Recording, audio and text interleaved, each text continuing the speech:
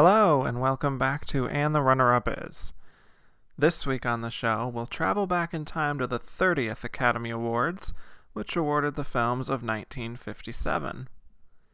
Joshua Logan was back in the Oscar race just 2 years after Picnic, with a romantic drama set in Japan called Sayonara. The film starred Marlon Brando, Red Buttons, and Miyoshi Umeki, and became the number 2 film at the box office that year. Sayonara would go on to earn 10 Oscar nominations, the most of any film that year, and it took home 4 trophies. But it was the number 1 film at the box office, The Bridge on the River Kwai, that dominated the awards, winning 7, including Best Picture. So why did Sayonara come up short? We'll explore all this and more as we discuss how the Oscar almost went to Sayonara.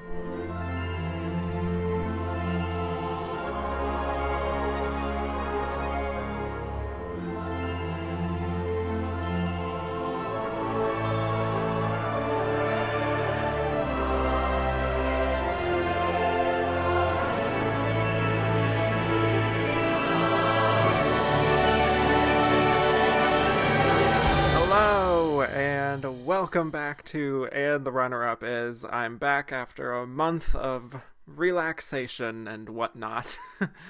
And I am back talking in regular episodes. I hope you enjoyed the bonus episodes I had for you during that month off, talking pretty much exclusively about films from 2007, which was kind of a coincidence. But anyway, today we are delving back into the 1950s, and specifically we have 1957.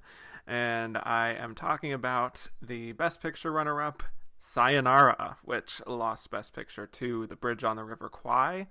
And joining me, I have a wonderful returning guest who first joined me on the 1994 episode of And the Runner-Up Is about Pulp Fiction. And he also joined me for some Oscar coverage earlier this year.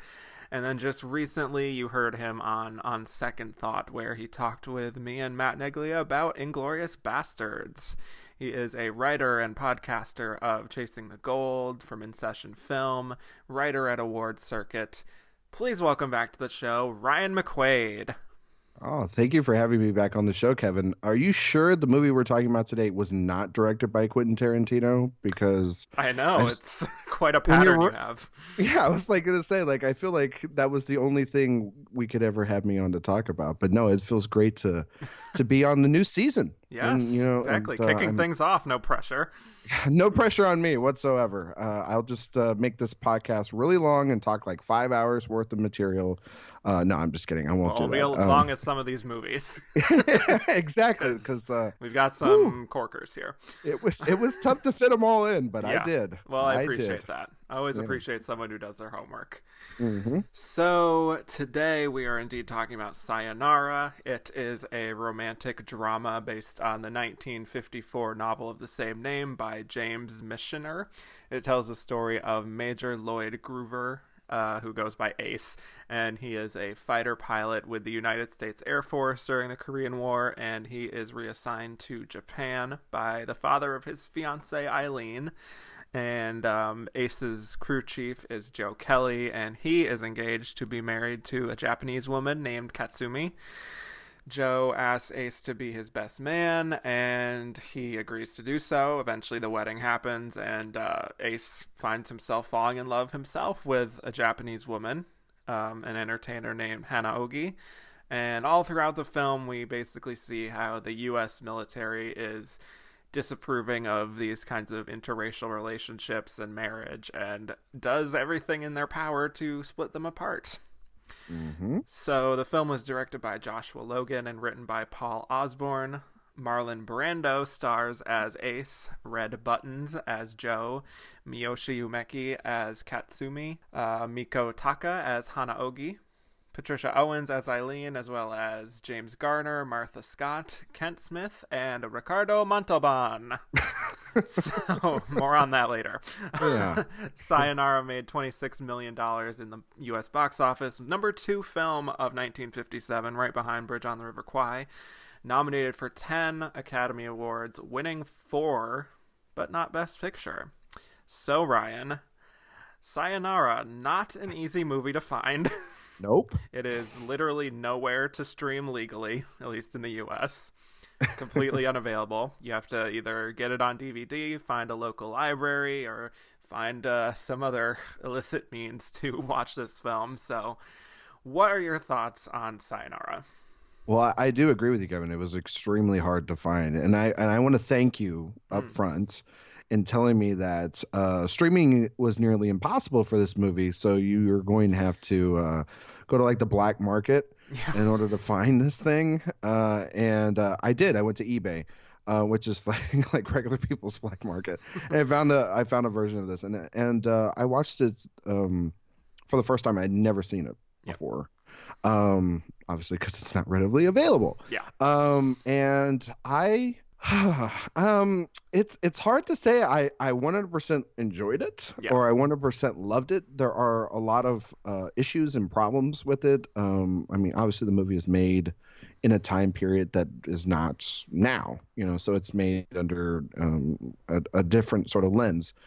And so I tend to give it a pass in terms of its misguidedness and for some character choices in the film, just because it's the 50s, and I think that the overall message of the film is more important than the little things that hold this movie back from being, a very 5 out of 5, miraculous film.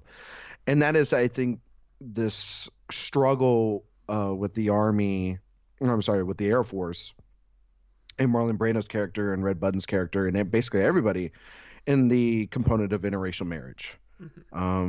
This is at a time where even in the United States,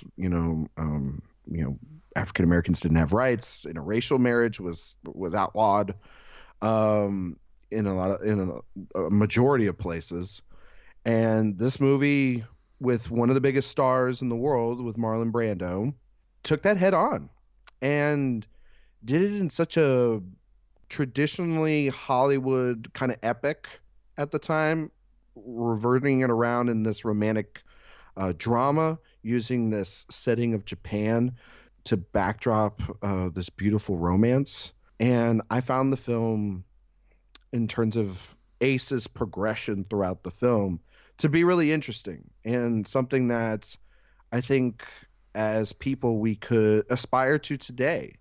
In terms of having a set of views that to the outside world seems to be a little backwards, seems to be a little bit just old-fashioned, and through the people he encounters, through the circumstances that he's a part of, and through the relationship that he ends up having, transforms into a different person by the end of the film.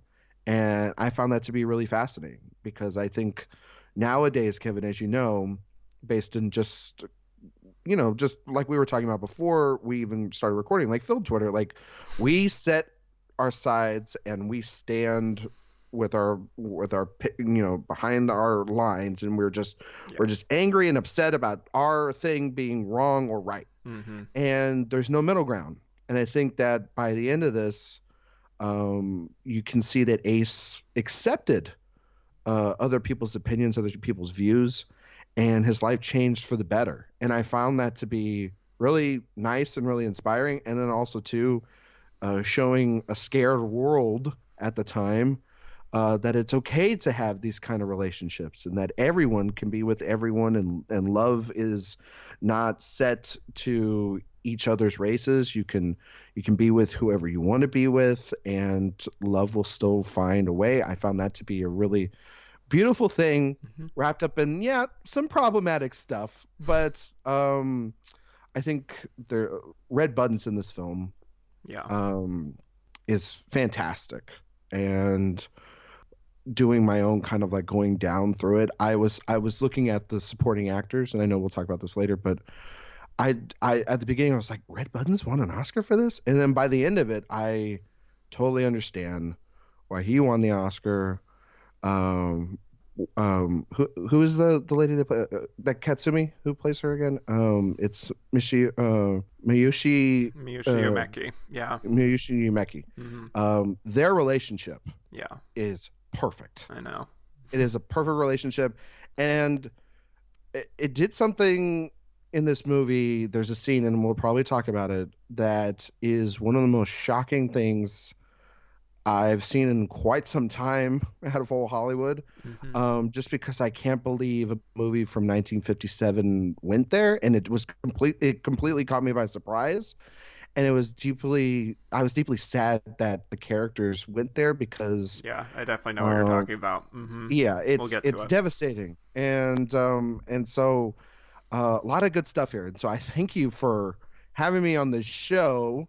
And I don't thank you every time for having me on your show, but to really get the chance to watch this because I really had never knew about this film, and I Yeah. was and then doing my research and everything, just found out how important of a film this was at the time Yeah. releasing. So yeah, it's a pretty good flick. Yeah. So I think this film, I go back to this phrase that I seem to keep using for films of this era is that it's well intentioned. There are a number of dated elements, as we've said, but I think that the message is at the center. It's one that does have value, and it's highlighting these injustices that many couples have faced for generation after generation just because they don't fit the mold of what this broader society considers acceptable. And it's a message that continues to this day, even with as many strides as we've made as a society about like same-sex relationships. These are still issues that people still have to deal with, and I personally have had to deal with. So for that, I do think there is a sensitive issue here that is being examined, and I do appreciate that they are tackling this in 1957 at a time where anything outside of the cookie cutter norm was this big fight when it came to the Hays Code and everything. Having said all that, I don't know that the film itself, on a technical level even, really works as much as it's intending to, and I think I can chalk that up to the fact that this is 147 minutes. Yeah, And yeah. doesn't really need to be that long, I would say. I was almost going to say that it goes on for too long, but it's not really quite that, because I think the second half is actually a lot stronger than the first half. And that's because that first half, it's almost glacial in its pace for me, and just kind of treading water in terms of progressing the story forward, because we have Marlon Brando, who I'm pretty hot and cold on in terms of he can be truly like excellent in things like On the Waterfront and A Streetcar Named Desire, which we had already seen up to this point before this movie even came out. But there is certainly that indulgent side of him, and I could really feel that at times, like in some of these scenes, especially in the first hour. It's kind of this odd thing where it feels like he's underplaying it so much, but also he's putting on this weird southern drawl that can feel kind of mannered at times and a bit artificial. But I don't know if you agree on that, on his performance. Yeah. No. I mean, my wife walked in the room while I was watching the film, and she goes, "What the hell is his accent? Like, what is he doing?" And I'm like, he's trying. Like, that's all I can do. He is certainly trying. Yeah. He's certainly trying. I mean, it's she said it was very Foghorn Leghorn. Yeah. That's what I thought of too. Yeah. And so shout out to my wife, Megan, for that comment, because I and throughout the rest of the film, and I still had about, I don't know, an hour 45 to go, I couldn't get that out of my head. So and I still can't. Well, it's distracting, Yeah, it is. I think at times it's because you get that regular kind of like just Brando sound, but then it's like mixed in with this like southern thing, and it doesn't make sense. Like, I think Brando should have just gone as straight Brando. Just do your regular voice. Like, maybe it's something in the novel, that or maybe it's a critique of the South, which has been done over and over and over and over again, right? That, oh, the South, they're so close-minded in Yeah. America, and then and then he goes over to Japan, and his mind has changed. And while I think it works in the film, like I think in terms of like, yeah, because like the tropes there is a little dated. I would agree with you on that. And so his accent to me is not great. It's not the part that I actually like about his character. Right. Yeah. I think that he beyond the voice Mm. does a fantastic job at conveying Ace's his struggle here a little bit, and he's trying to appease two sides, right? He's trying to appease his friend Joe Kelly in the relationship that he's having, the wedding that he's having, and he's also got to balance that with this military brass that is on him to be like their poster child, right, for everything.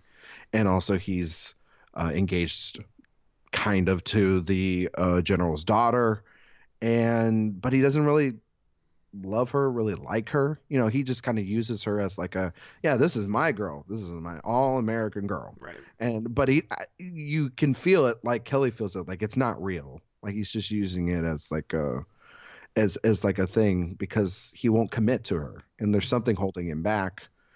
And I found him trying to find himself throughout this, and truly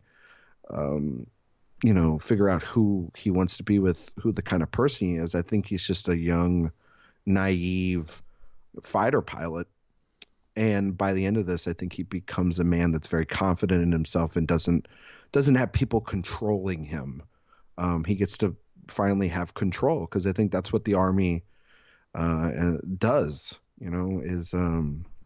and the Air Force does, and the military does sometimes, is they like to control the narrative. And definitely in this film, Yeah. the brass really tries to control every aspect of their soldiers' lives, no matter how detrimental it can feel. And it can lead to some pretty disgusting ramifications, and downright tragedy.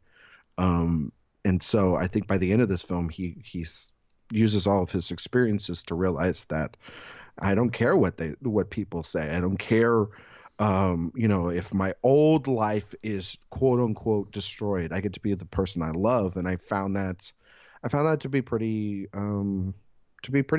special and pretty beautiful for a film that was made in 1957. I mean, I try and when I look at older films or films that are not like set right now, Kevin, I try not to bring in, all the little things that were like, hey, you shouldn't have that in a movie now, or you shouldn't have that and that and that Right. and that. The 2019 goggles. Yeah.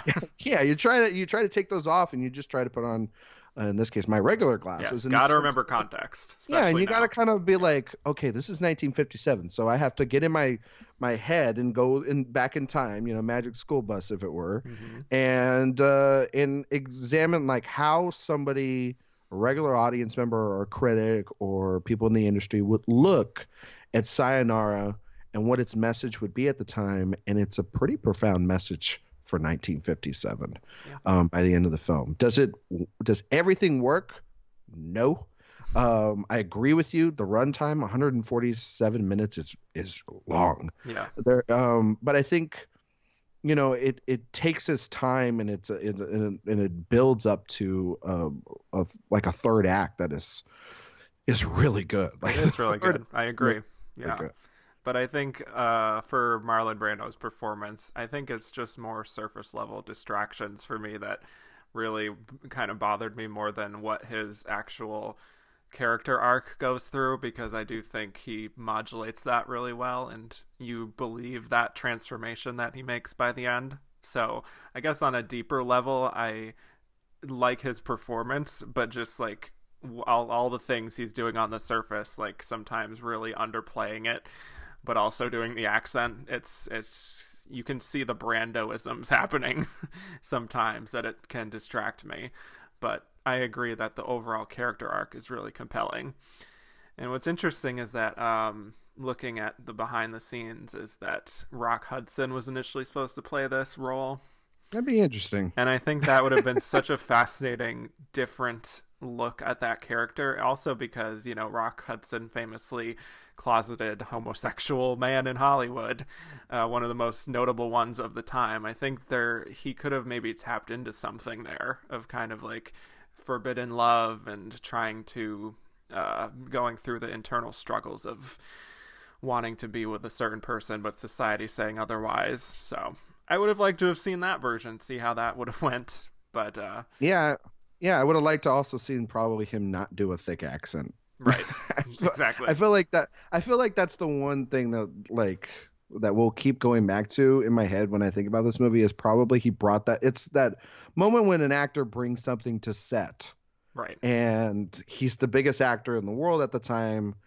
And he probably went up to director Josh Logan and said, I'm just gonna do this accent, and it's gonna be pretty southern. And he's like, sure, Brando, you do whatever the hell you want. And I feel like nobody corralled him. Well, nobody corralled him. Reading some of the behind the scenes is that Joshua Logan was a little bit like, this doesn't really make sense for your character because you're supposed to be like the son of this West Point official, and like an educated man would not really sound like this, especially coming from New York.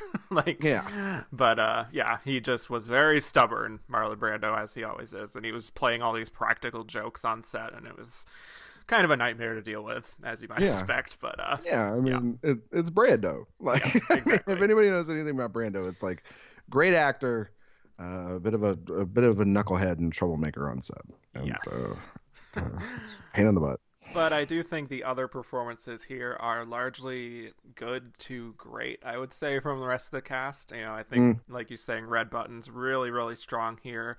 In a character that is pretty low-key, he's not doing a lot of, like, shouting and crying or all the big grandstanding Oscar-y types of things.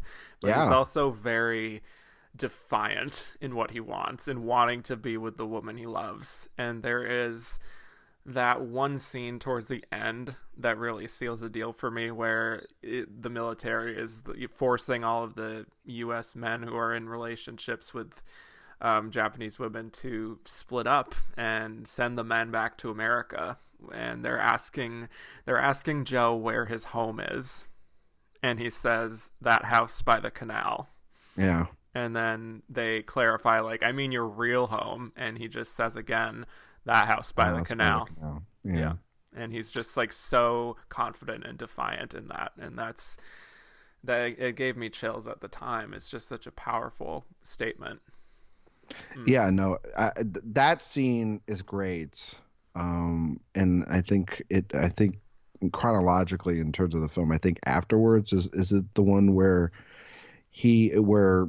Ace comes over to their place and he intervenes in Katsumi and Joe kind of getting in this argument because she was going to go down to the docks and change her eyes, which is one of the most, like, I had no idea that was coming. I was shocked. going to talk about this. Yeah, absolutely. I think this scene is it's one of those where it's like, what?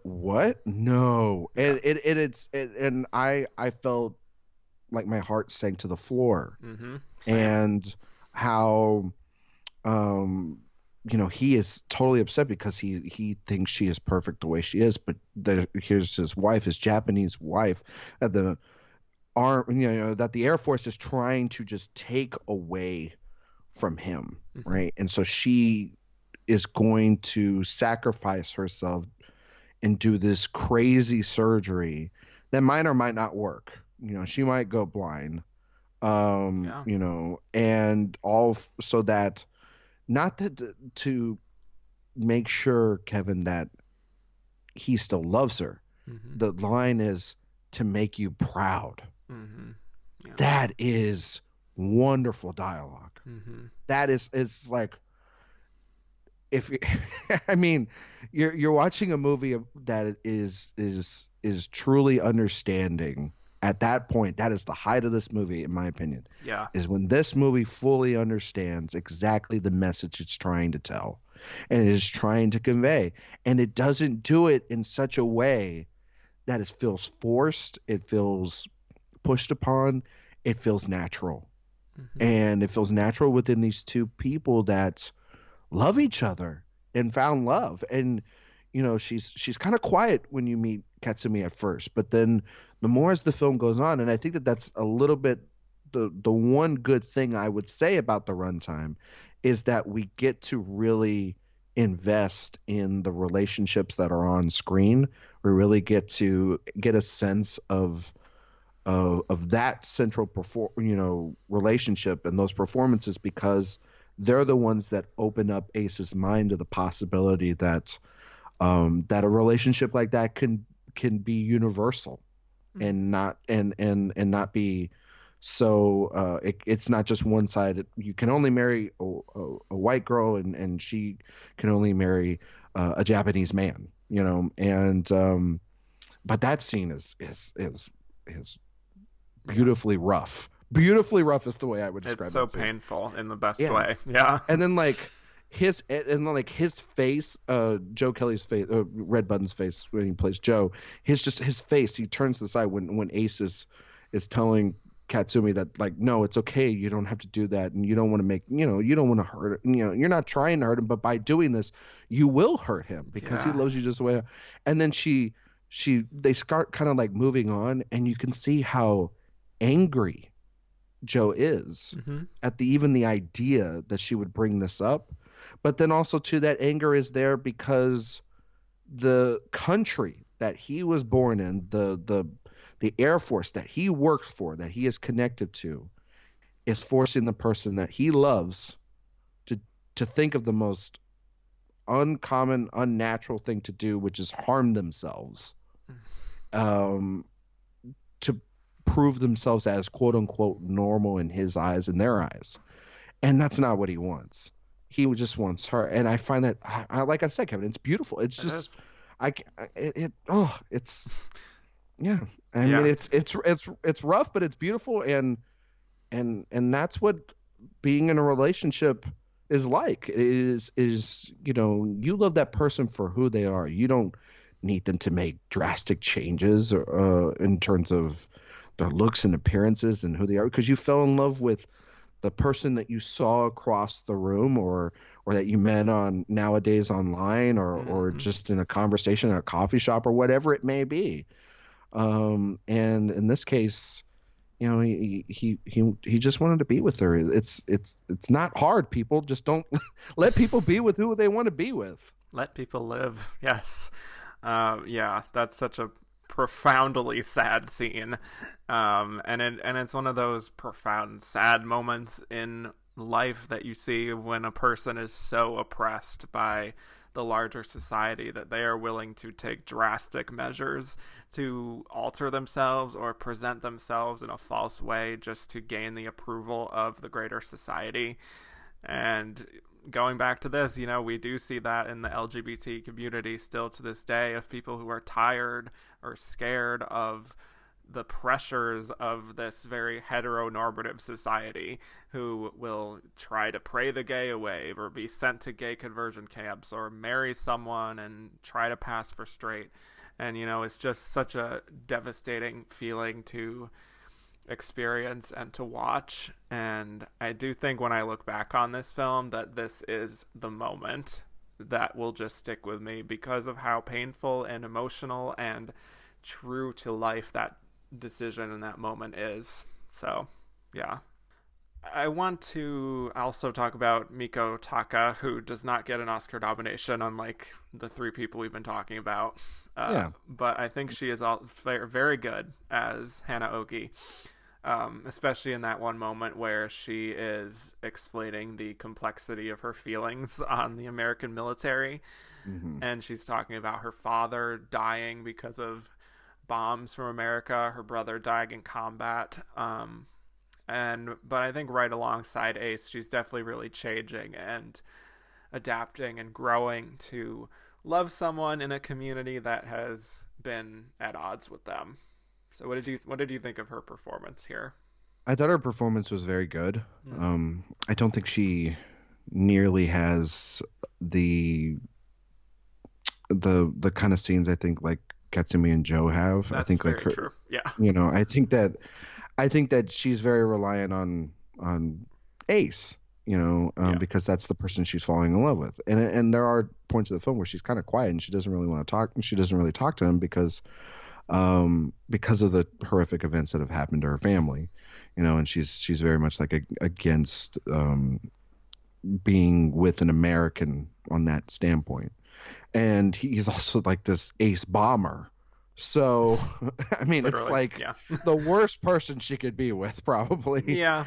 to break her, her vow against being with somebody like that. But I think that her performance, Taka's performance is very good because she, it's hard to go up against somebody like Brando, and go toe to toe with them. But I actually think her performance is better than Brando's, because she has her, as much as he has like the military on his back, she has her country on her back. Yeah. She's this very popular entertainer. She is this powerful, voice within her, within the place that does, the kind of studio that runs, her performances. So it's like when she is done doing her thing, she will become a teacher. It's just like natural progressions, right? Like Yeah. there's no, at any point there's no like, okay, she's going to be able to just like live her life or whatnot. No, this will be her life forever. And so she has that going along with her family dying at the hands of the Americans, plus also this turmoil of falling in love with Ace. And it's a delicate balance that I feel was better written for her and better performed by Taka's, performance in the film, more than like even Brando, who is the one that's we're supposed to really really relate with in this film, Kevin. And I Yeah. think at times I could care less what goes on Agreed. with Brando, even though I I agree. think like what Brando is doing is fine. Like it's not a terrible performance in my opinion. It's just it's not the most interesting thing about the film. Yeah. And though when they are together, the more interesting things and the more interesting dialogue and the more interesting conversations is coming from her side, because I think that she has a lot more on her shoulders. And I think as much as we understand a lot more, I think, about his struggle with the army, but it's very just standard issued kind Yeah, of we've definitely seen this troubles. before. We've seen it before. Yeah. Hers is a little bit different and it Different adds a for an layer. American audience for sure. Yeah. Oh yeah, and I think that I think it's a really really beautiful performance, Yeah. especially by the end. We almost had a disaster with this because Audrey Hepburn was Oh God, in the mix no. to play this character, and I'm not joking. No, well, I mean Yeah. that goes along with in like, and I know we'll probably talk about him, but then that makes sense because of what they did with Ricardo Montalban, Right. like which is, Yeah. whew. But anyway, I'm sorry. But I was just for her. She made a point to be like, "No, I don't think this would be a good idea." Like, Smart girl. first of all, I don't think people would really believe me as an Asian woman. And I We mean, would have cast if at that time if she was around, we would have cast Emma Stone. We wouldn't have cast Audrey Hepburn. hey, that's Whoa, hey. probably true. But Or Scarlett Johansson, because she'll play anybody. she'll play a tree. She'll play anybody, folks. Yep, she truly will. Yeah, but kind of dodged a bullet on that one, I would say. She smartly was like, I don't think this is for me, and that was fair. Yeah. You think I don't maybe like that should have also been like the studio thinking, or the filmmakers thinking, maybe not. Yeah. Like it shouldn't wait until the actress when you've offered her the role Right. for you to For her then to decline it, to be like, yeah, you're probably right. Let's cast an actual person from this ethnicity. because you did it with everyone else, Yeah. for the most part. Yeah. Well, let's talk about Ricardo Montalban because I don't know what he's doing here. I mean, It was he's a Mexican-born actor playing a Japanese man. I think his eyes were even made up to look a little more slanted. I mean, this is probably the worst element of this film, just on the surface of an actor playing someone of a different race, obviously, but also I mean, honestly, it does go against like that key moment we were talking about in the film where Katsumi is wanting to be someone she's not and trying to change her race, and then the film presents that as kind of tragic and the wrong way to go. But meanwhile, we have this actor who's basically doing the same thing earlier in the film. It make sense. Yeah, I think of like when John Wayne played Genghis Khan, and I saw that. I haven't seen that movie, nor will I ever see that movie. I just saw like a clip of it on John Oliver one night. Yeah. And I thought, wow, that looks extremely offensive. And even for the time period. And then I watched this movie, I'm like, wow, that's extremely offensive, even for this time period. Yeah. The movie does a great job with hiring Japanese actors for the Japanese roles. Yeah, many of them their first roles here. Yeah. And so I don't understand, because his character really isn't that important to the film. Like if you want a time cut out of this movie, Kevin, probably cut out take him out 100%. all of his stuff. Yeah. Like, and that's not to say that I don't think Ricardo Montalban is a bad actor. He's a great actor. But it is an aspect of the movie that even in 2019 and even in 1957 shouldn't be in this movie. Yeah. Like this is when an editor really should work and present their work, because besides maybe one or two little things about him, there's not really much there on the for him to even be in this plot. Right. So to have him in there is a head scratcher, and it's just bad and it's offensive. Yeah. Like and it's that thing of why I told you at the beginning of the review. It's like there are things I really like about it, and I think it's really ahead of its time. But it's kind of that 2-step forward, 1-step back kind of mentality where I'm still giving it a step forward for the great things that it's doing, but there are things that like you have to cost itself because you just couldn't help yourself, I guess. Like you couldn't like prevent yourself for 1 second to realize that maybe that is not a good thing. And at first I didn't even notice it was Ricardo Montalban. Yeah. And it was, as the film went on, it was like, there he is. Yep. Yeah, no, don't do that. That's him under all that. Yeah, exactly. Yeah, kind of a mess there. But one thing related to that I did actually enjoy was something I wanted even more from, I would say, was kind of the performance pieces in the film, the kabuki theater. I think those are really actually kind of very thrilling moments of just pure artistry on display. And it's very colorful and dynamic and exciting, especially when it's like sandwiched in between all this Marlon Brando stuff that's not really going anywhere in the first half.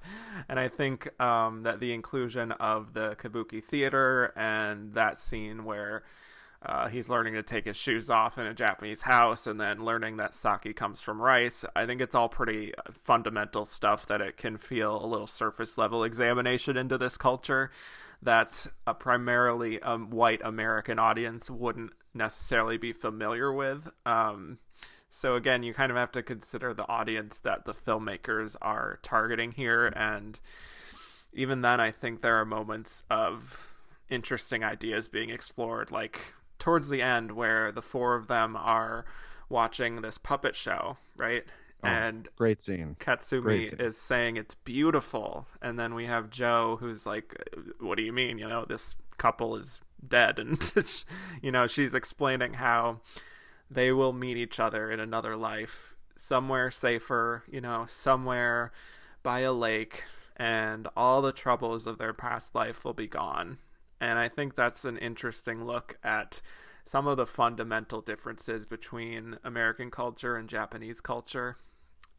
Same thing when Ace and Hanaoki are watching this big tea making ceremony, and it's this big production, and Ace is very dismissive of it in many ways, saying like, why is he making such a big deal out of this? But Hanaoki, she just says the pleasure does not lie in the end itself, it's the pleasurable steps to that end. Yeah. And, to Americans, it's all about getting to that product at the end and consuming it and going about your day. But within this other culture, there is an appeal to the process of making something that is most enjoyable. So I like those moments. No, I do too, Kevin. I think that the aesthetic of the Japanese culture in the film are fascinating, and I wouldn't take those out because I think they're actually some of the best shot things by director Joshua Logan in the film. You get this really sense of this beautiful place.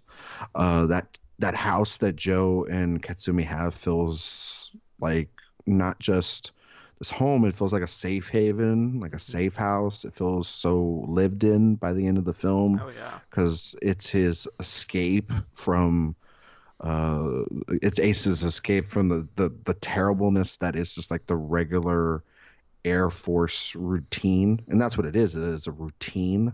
Very much so, of like having to go to these parties and put on a fake smile and toe the line and don't say anything controversial, and anything they says goes, and they have these inept abilities to contradict themselves at almost every turn. And that's like the case, right, with every single person that hates something in this world. Yeah. They will find ways to contradict things that they said weeks ago so that it fits an agenda for their current state of mind. And so I find that to be really interesting because it gets the true American nastiness down pretty easy, and it's a movie that's almost 60 years old and it's still doing things that are very much tendencies of how we act nowadays still. 100%. But then the culture of Japan, you have to, for a story like this to work and for you to relate to the Japanese girls that are falling in love with these American Air Force men, you have to show, I think, their world and where they come from and what their value system is, because it's already established when you're walking into the film. Or if you're not even seeing it now, what American quote unquote values are for somebody that's in the military. And that's why I find like the scene at the beginning with Ace and Joe, where he's explaining that like, this is an all American girl. You know what I mean? This is someone to marry. That is establishment person talking to someone that is more open-minded in this world. And saying, and then Joe's kind of like response back is like, no, it's like, I love her. This is who I'm going to marry. But I found it also interesting too, is that, and I know this brings it back to even like nowadays, when we disagree with somebody, we throw that person aside. We block them on the internet. We do, block, report, string them up, whatever you want to do on the internet. There's no sense of trying to find commonality. And by Joe making Ace his best man, it's something of like, I know you don't agree with me, and I know you don't agree with any of this, but I still think you should be the person to do this, and I still consider you someone I admire and someone that's my friend enough that I know you'll do the right thing. And he does do the right thing. And like by the end, the general and his wife are like, "Why did you do it?" And he's like, "Because it was the right thing to do." It's like, am I taking crazy pills over here?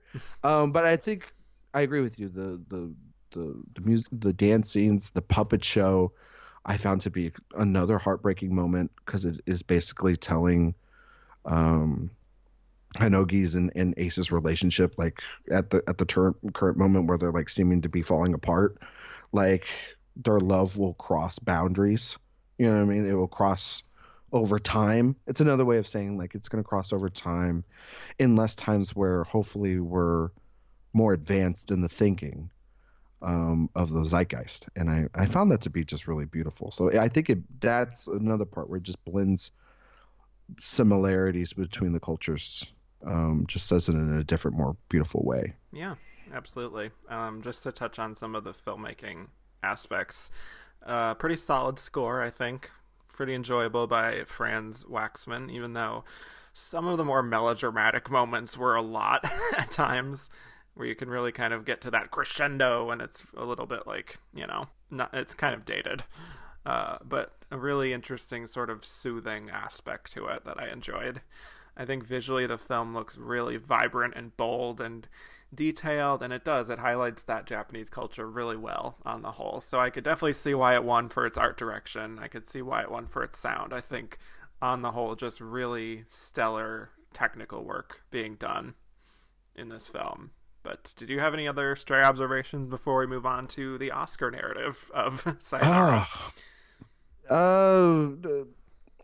No, not really. I think that I would say that while I think it's a great romance and it's a pretty interesting drama, I think the stuff at the end, like the ending, like we talked about the third act a lot. Yeah. I don't know how much spoilers you want to get into on it. I don't want to get super into it because a lot of people haven't seen it. I haven't seen it, nor I don't know if they'll ever be able to see it. It's not like this known thing, so you can hint at whatever you want, but I think that like just the way that each couple's conclusions go to are a great kind of way that hate wins, but it doesn't, exactly. And how, because of the fact that one couple gets to have a happy ending and another one doesn't. Yeah.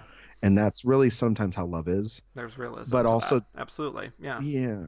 And then also too, like just the hypocrisy by the end when a certain law is put into place. And I think that's Brando's best moment, like when he's just completely done inside. Yeah. And there's like a scene before that where it's something is revealed that I won't spoil here, that he just breaks down. I think that those are the real best moments in the film. And I think that by the end he just doesn't care anymore, and he just finally sees like, I'm just gonna do me, and if you don't like that, tough. And I will also say too, I like James Garner in the film. Yeah, he's good. I think he's a breath of fresh air from that side, because he kind of is the one that really introduces him to this culture more. Yeah. But then he's also very cautious. So it's like he's towing a line, he himself is, and then by the end he kind of I think feels more in line with Ace and with Joe too. Right, like, and I find that so interesting. Yeah. Yeah, I mean, it's this guy that's like, you see him like he won't take the full plunge like Joe, right? Right. He still wants to be, an American, because that's the thing too. It's like they have to basically at a certain point give up being an American in order for this to happen. Like that's what it, and it's like pretty out there, but it's also it's pretty bad, because like what if that was the case nowadays? Like, to be with the person you loved, would you give up your country? That's what makes it so difficult and heart-wrenching, Exactly. And I find and that's why by the end it's just like, I'll give up anything, because love is love, right, love Kevin? Is love. And it's love is love. It's love is love. It's love is love. Yes. While it can be seen as cheesy, I think that there's just so much going on here, and there's just so much to talk about. We could talk about it forever. I mean, it was a big surprise, and I really enjoyed it.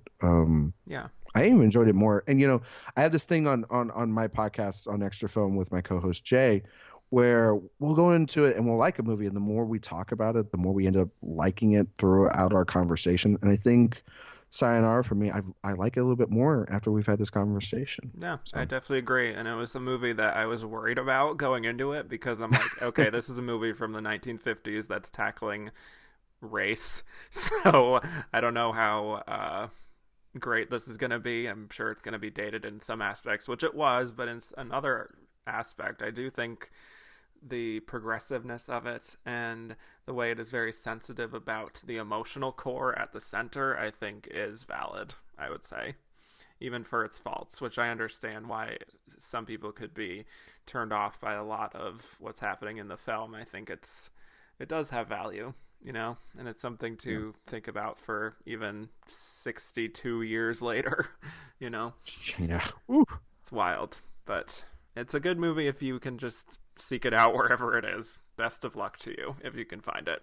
Maybe there will be some sort of revival or someone like Kino Lorber or probably not Criterion, but one of these boutique labels will probably come out with a Blu-ray at some point. Oh yeah, or like a Brando box set down the road. Right, there you go. You just felt like that would be part of it. Yes. So when we come back, we will be talking about why Sayonara lost Best Picture to another movie set in wartime, The Bridge on the River Kwai. Listen, sometimes I look at you and I don't understand you. Maybe you don't. Maybe you never will. I have never been in love, but I have dreamed about it. I have thought about it. The danger that lies ahead of us. We must face now. Danger of discovery for both of us. Danger of weakness when it is over. But I will love you, Asa, if that is your desire.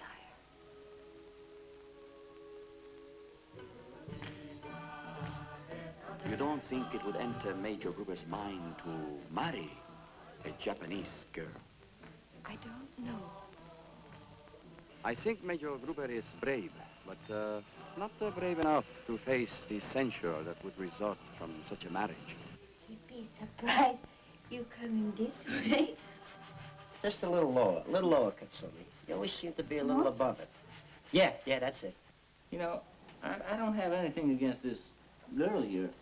Look, Major, I'm gonna marry my girl if I have to give up my American citizenship to do it. Oh, Tilly, you stupid, ignorant slob. I mean, go ahead and marry this slant-eyed runt if you want to. It'll serve you right.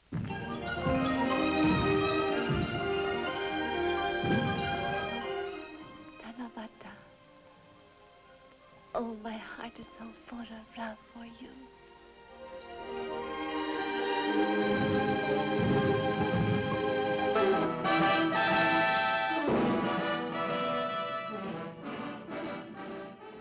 And we're back.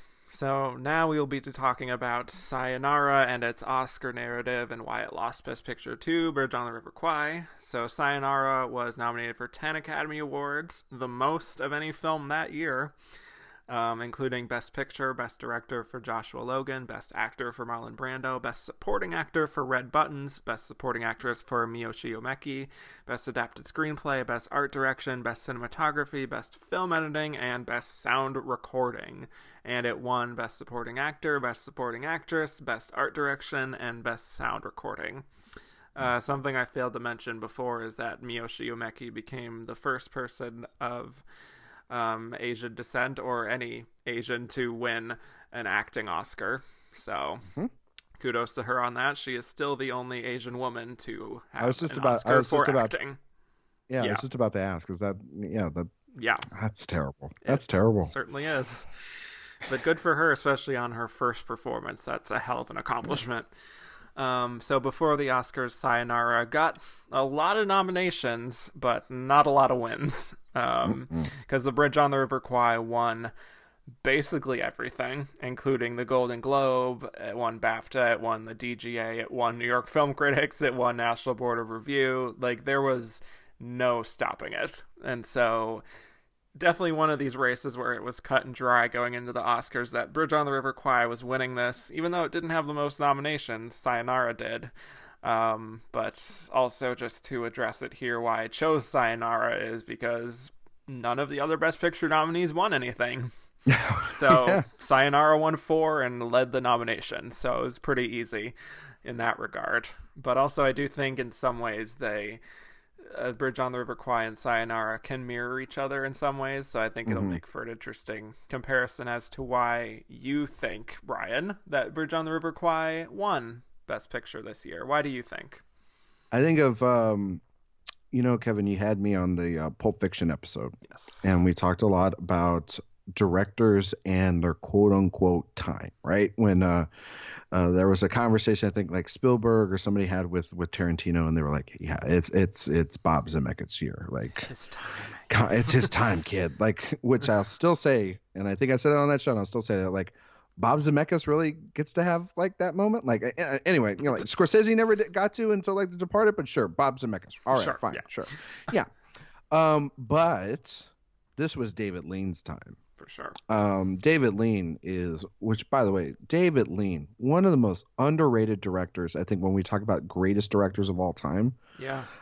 Has made so many wonderful films, and has gone just, the complete gauntlet in terms of being just one of the best directors, I think, and most underrated directors of all time. And he had a ton of nominations. Like a ton of nominations leading up to this point. I think he was nominated for 1, 2, 3, 4, 5 nominations before that. Mm-hmm. 3 for Best Director. Literally 2 years before for Summertime. And it just felt right. And plus, Bridge on the River Kwai is like just a really good movie. Yeah. And that helps. And it really helped. It really. No offense to Sayonara, it's going up against one of the best picture winners of all time. Yeah. Like I think Bridge on the River Kwai. I rewatched it again this week. That movie has so many layers to it, and has like different genres going on within it. It has this war element. It has this kind of this prison element, capture element. It has this great escape-esque. Kind of going on a mission. Yeah. There's action, dramas, complete suspense. There's not a female in sight, which sucks about it. And except like there's a throwaway character. That's shoehorned in. Yeah, but it's definitely like this film that I've watched it many times, and I keep trying to figure out why. Certain characters do certain things, why Nicholson does what he does at the end, and I think it leads to a pretty good discussion that we could talk about for 40 minutes. But it has, I think, that thing why Sayonara falls probably more in the romantic side of things. Bridge on the River Kwai takes the subject matter of war and does it more seriously. Yeah. And I think that's the romance can still be serious. Yeah, it can be. I'm not saying that.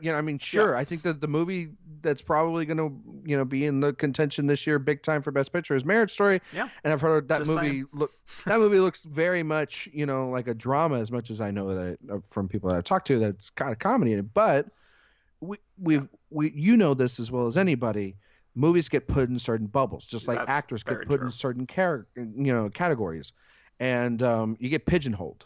Mm-hmm. And I think like Sayonara got pigeonholed as more of a romance, and then also it is a controversial film for the time. Definitely. It's talking about interracial marriage and couples, and it's probably promoting things that a lot of people that were controlling at the time didn't really want. Yeah. Just a few years after the Korean War, for that matter. It's still fresh. Yeah, it's a little touchy, a little fresh. Right. But I think that just the movie Bridge on the River Kwai, that is just one of those, when by the end of it, it's the better movie in terms of quality, but it just makes sense because of the technical achievement it is, the script, the characters are so well written. It has a villain in it that is completely memorable, and it wins editing, it wins cinematography, it wins screenplay, the score, which is iconic. Oh, yeah. You're whistling out of the theater, Yep. Which is always like, I think, something in terms of when you win like Best Picture, if you can like remember certain things, like the little things of a movie, that goes a long way for you in terms of winning the big prize.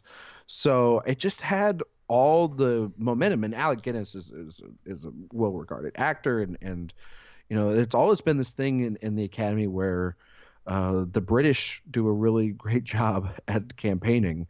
And it just fell on an overdue narrative of David Lean, and that's what I think it is. I mean, and David Lean makes this movie, and then he goes on to have, I think, one of the best 1, 2, 3 punches of all time with Bridge on the River Kwai, Lawrence of Arabia, and then Dr. Zhivago. And it kind of makes sense why it won Best Picture I agree. in terms of what it's up against. And then if, we're playing our kind of calculations, Sayonara is obviously the most nominated, and it won because Witness for the Prosecution, Peyton Place, and 12 Angry Men didn't. But I think the movie that's, in a lot of people's opinions, that it's kind of, carried on more, probably because it's more accessible, is 12 Angry Men. Right. Which we'll get to. Yeah. Yeah, which, but there was no beating this. I mean, it just won everything. Mm-hmm. And that's okay, because it deserved it. Well, oddly enough, this reminded me of a race I covered last year, I guess, which was the 1978 race between the Deer Hunter and Coming Home.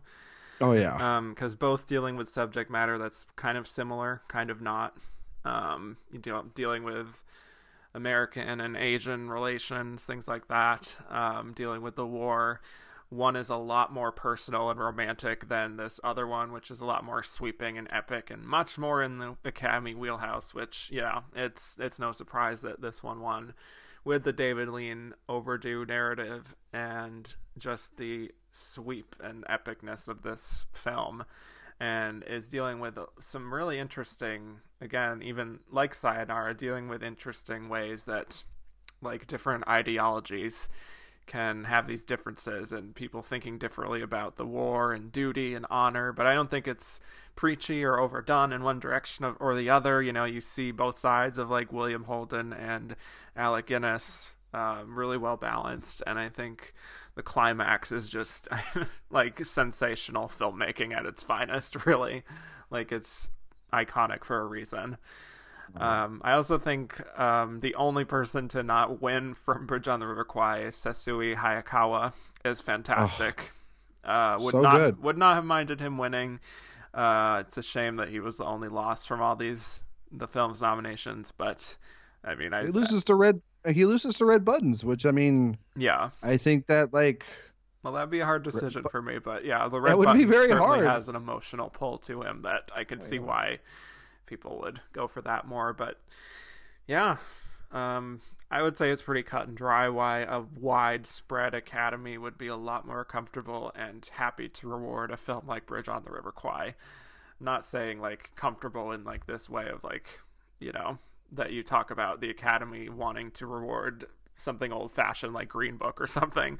I'm just saying, like, cool. Just said the bad word. Sorry. But it's the type of movie that really just fits so nicely in the Academy's comfort zone, but in a way that also is something that's pushing the medium forward and still resonates to this day, I think, as a really fantastic film that stands the test of time as indeed one of the best Picture winners of all time. So hard to argue with the call they made here. But yeah, we got a few questions that I wanted to just touch on for both Sayonara and, I believe, Bridge on the River Kwai, maybe? Not sure. Let's see. Well, this was from Mark Lamb, who said, "It's nice that Red Buttons got an Oscar. Was Sessue Hayakawa the runner-up? Not sure how Buttons beat him." That's what he said.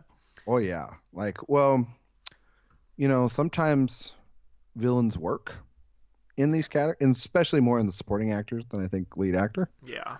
But I think the reason why Buttons won is the reason why I think the relationship in Sayonara works, is because the Kellys' relationship worked together as a whole.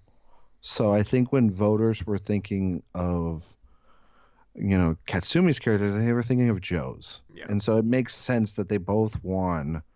From the standpoint of, like, their best scenes are with 100% the other person in them. Exactly. And and plus, Colonel Saito is such an evil character that and not very relatable at times, that you have to, when you make a villain win an Oscar, there has to be something that you grasp onto and you sympathize with, I think, a little bit. Yeah. For sure. Like it's kind of like why a couple years ago when like Michael Fassbender was nominated for 12 Years a Slave and he gave a fantastic performance. Yeah, but that's just so brutal. But there's nothing. Yeah, I know. There's nothing to hang on to though there. Right. Exactly. For you to be like, yeah, there's one thing I like about him. No, there's nothing. And it's not like a Heath Ledger, Christoph Waltz, Javier Bardem thing where you're kind of like sickly fascinated by what they're doing and they're kind of like entertaining in some ways. This is just like a despicable person. Yeah, Sato's brutal. Yeah. And that's why, besides Guinness being like a really renowned actor and getting his due as well, he is also the central performance you remember the most from it, because it's like this guy that is like sacrificing everything for his men. And he literally leads down to the final decision of the film, and even with the stuff with those two characters facing off with each other, it's Nicholson that gets the upper hand in every single one of those conversations. So I think it's a mix of that, but he's definitely second. I would say. For sure. 100%. Yeah. I think the Peyton Place people definitely split the vote, and there probably wasn't enough passion for either of them. Yeah. I think that's probably true. Other question from Mark Lamb is for supporting actress. He said, while the winner, Umeki, is relegated to sexless, stereotypical, subservient maid, Mrs. Livingston in Courtship of Eddie's Father, then her career ends. Racism or lack of range? So, yes, Miyoshi Umeki does not have an extensive career by any means. She retired in the early 70s. I don't know how much of that was the inability to get better parts for a variety of reasons, as we know about Hollywood, or if it's just she didn't want to do this anymore for a different reason. But I mean, I wouldn't say lack of range by any means. I think what she pulls off in Sayonara is certainly very emotional and impactful in a way that I think she has the chops, She won this award for a reason. So, yeah. It's hard for Asian actors today to get work. Yeah, let alone back then. Yeah. Let alone back then. And it doesn't make it an excuse. And I'm not excusing it. I'm just saying in terms of it's sad. If anything, it's just sad. Yeah. Because that's how Hollywood was. And in a lot of ways it still is at times. But we're trying to get better. Right? And and I think that she is the only person to ever win an acting Oscar from an Asian culture background. And I find that to be fascinating because we've had so many great performances since then, and they either haven't been nominated or they haven't won. But I think this year might change that. Possibly. And I hope because of The Farewell and Parasite. Yeah. She's in a lot of ways she's like Hattie McDaniels. And Hattie McDaniels for a long, got she got her Oscar, and then like her career kind of went away as well, and it's sad to see that. Mm-hmm. But a lot of other Oscar winners and a lot of other actors, a lot of the performers and entertainers will look to her as the person that got through, and use her to hopefully build now that we are more culturally aware of not just throwing people away, because she has, like you said, Kevin, she has great range in this movie. She's fantastic. Absolutely. So it's not about quality. It's more about behind the scenes stuff, and also too, at a certain point, like athletes, you just get tired of having to like beg for everything or try, and it just gets exhausting to have to put it up with it over and over again of rejection or whatever happened to her. Yeah. So you just kind of like, you know what? I got a pretty happy life. I got an Oscar, got my memories. I think I'll be fine. Yeah. And so, it's tragic. We did not get any questions for Bridge on the River Kwai. I don't know how that happened, but that's the truth. What? Yeah. Guys, I guess there was more interesting stuff elsewhere. That means a lot of you haven't seen it, probably. And I don't know. And it's very accessible. Or they just don't want anything cleared up and they love it. I don't know. But, I mean, y'all, you know what? That's fair. Didn't see it like that. But you know what? Anyway. Great movie. But let's get to these other Best Picture nominees. Lots to talk about here. Definitely want to get to 12 Angry Men, which is clearly, like Bridge on the River Kwai, one of those films that has 100% stood the test of time. It says so much about the judicial system in America, about bias, about how we deal with people who are on the other side of the aisle. And then on top of everything else, it is such strong filmmaking, especially considering this is Sidney Lumet's debut film, which is just astonishing. And the way it feels so claustrophobic, and it all takes place in this one room, but it feels so cinematic. You feel the sweat and the intensity and like the life and death nature of this case. I love it. And Henry Fonda and Lee J. Cobb are excellent and So good. definitely should have been nominated. I would say both of them. So, yeah, I mean, I'm sure you have thoughts on 12 Angry Men. 12 Angry Men is a classic. Yeah. It's the shortest one of these Best Picture ones, so it holds my heart. Yes. In terms of length, it was the easiest one to watch because of like, I was like, hey, I could watch that on a lunch break if I wanted to. Exactly. And it's kind of what I talked about a little bit with Sayonara, though it goes completely full on in that investment in trying to understand someone's point of view, and it's a great examination of someone's biases towards a subject or a person or an event, and how I think we should all watch 12 Angry Men in 2019 to understand just that, like, you need to fully understand every single fact on an issue before you speak on it. Yeah. And before you make your judgment.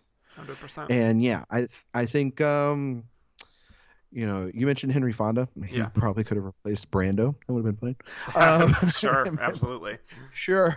After our conversation, I would have been totally fine with that. I was very shocked when I looked at this list to notice that. Yep. None of the actors are nominated. Nominations. Yeah, that's it. Only 3. Lowest of all of these. That's nuts. Yep. Though the 3 categories that it's in, it's perfect. But like to only have 3 is crazy. Yeah. But Picture, director, screenplay. Yeah. But the Lee J. Cobb. I mean, you want to talk about somebody that could have thrown a monkey wrench in the Best Supporting Actor campaign. Yeah. I mean, that performance, just think of, like, if we were in nowadays, Kevin, and this movie came out, and that scene at the end where he just goes off, that would have won all the Oscars. Yeah. Like, it would have just won all the Oscars. We were just like, okay, son, and that's just so emotional. Yeah. Yeah, it's great. Yeah. It's great writing.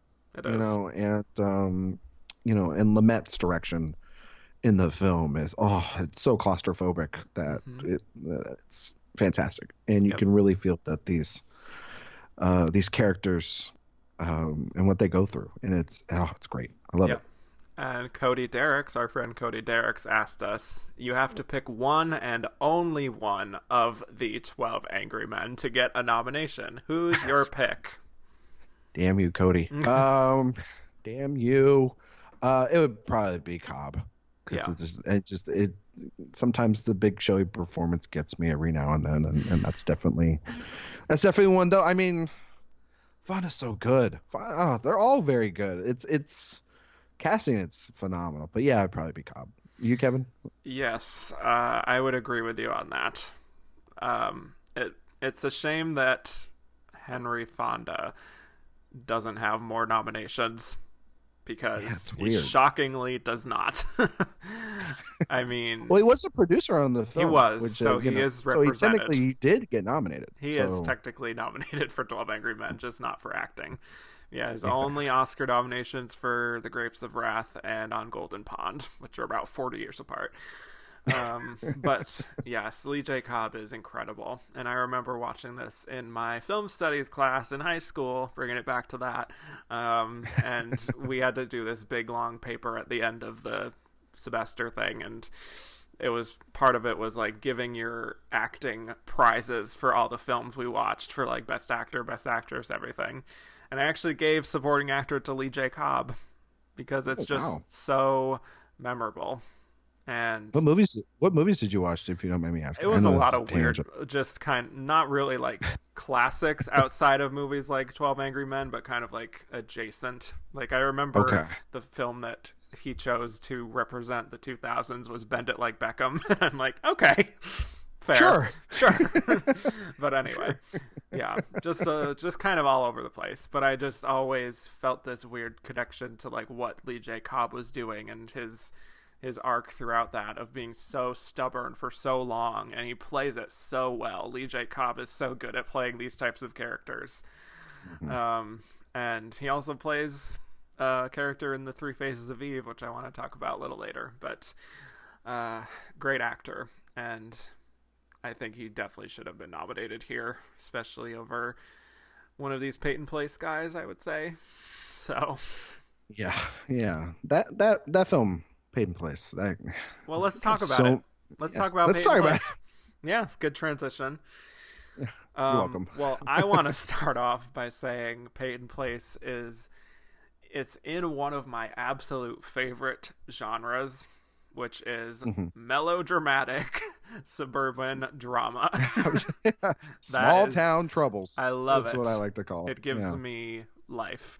So I've known about Peyton Place for a while. I knew it became a TV show, a primetime soap opera. I knew it had all these elements about uncovering the darker underbelly of 50s suburbia, that whole thing. Now that I've actually seen it, I'll say I was definitely engrossed through a lot of it, and it has a really fantastic ensemble across the board, from Lana Turner to Russ Tamblyn, Arthur Kennedy. It's quite subversive for the time in how it's like portraying sex for teenage girls as something that they are actively interested in just as much as their male counterparts, and it's quite frank about that, which I think is pretty progressive. It's also kind of about how difficult it is to live up to people's expectations for you, and like the little choices that people make that affect everything, like the butterfly effect and all that. So it's got a lot of great elements I typically like, but for me, a lot like Sayonara, I do think it goes on for a little too long. It's juggling a lot of plot lines, so it never really gets dull, but it's also trying to tackle so much that it can get very messy at times. I also think that they can't really quite go there in terms of getting to some real darkness and mature content just because of the constraints of the time. So it can be a bit sanitized sometimes compared to the book, which was a bestseller at the time. I take it you were a little more mixed on Peyton Place. Yeah, I like that genre too. Okay. I find it really interesting. Yeah. Like they're just like so much fun. Yeah. Like the Exactly. everybody's looking around town Intrigue, and trying to figure all this stuff out, and there's a scandal and all this stuff. Like I love stuff like that. Adultery. I love old movies like that. Yes. Oh my god. Oh my god. And covering, and like everybody's like covering their mouths like the whole time, you know. Yes, and there's It's always great. this like big event in the middle of town that's happening.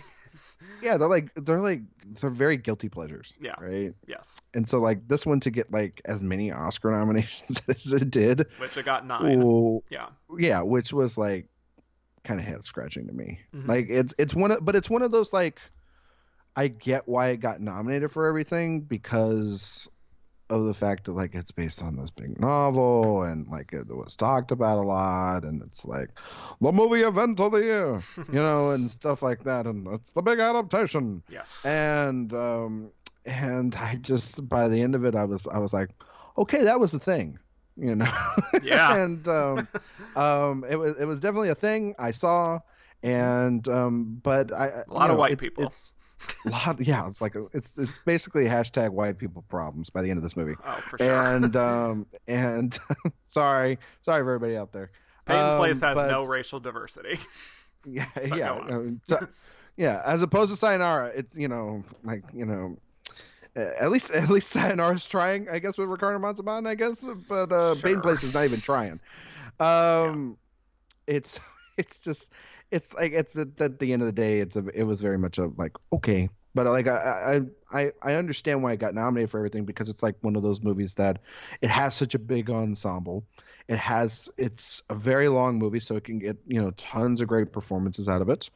And yeah, it was like a big success at the box office, but I just felt it was really long. Like, but Yeah. I was like, how much more wood are you going to put on the pile by the end of it? But yeah, no, it could be somebody else's cup of tea, but it just wasn't mine. Yeah, that's fair. But again, I do understand why it would ultimately become like this primetime soap opera as well. Oh yeah, because no, there's just yeah. so much going on, so much juiciness, Oh, very yeah, salacious. For sure. Yes. We got a few questions about Lana Turner specifically. Juan Carlos Oyano said, Lana Turner in Peyton Place, lead or supporting? Always the number one question for this show. And did she deserve the nomination? So I'm gonna let you go first. I would say if there is a lead of Peyton Place, I guess you could say it's Lana Turner, especially because she is the biggest star from this film. Because that tends to matter when it comes to Oscar campaigns at this time specifically. Mm-hmm. But I would also just say if this came out today, they would all just be in supporting. That would be my guess. Because there's no true lead to this thing. No, there's not. It's a big ensemble, but she's such a big name, right? That she just fits right into Best Actress, because she's top billed. Yeah. Does she deserve it? In the Best Actress race, looking at the nominees, yeah. But if she was put in her proper place, like supporting actress, like you said, Kevin, I don't think she makes it over the other fine ladies that are in the supporting actress category. I don't think she makes it over Hope Lang, who actually think does a pretty good job in the film. I like Hope Lang. She's great, yeah.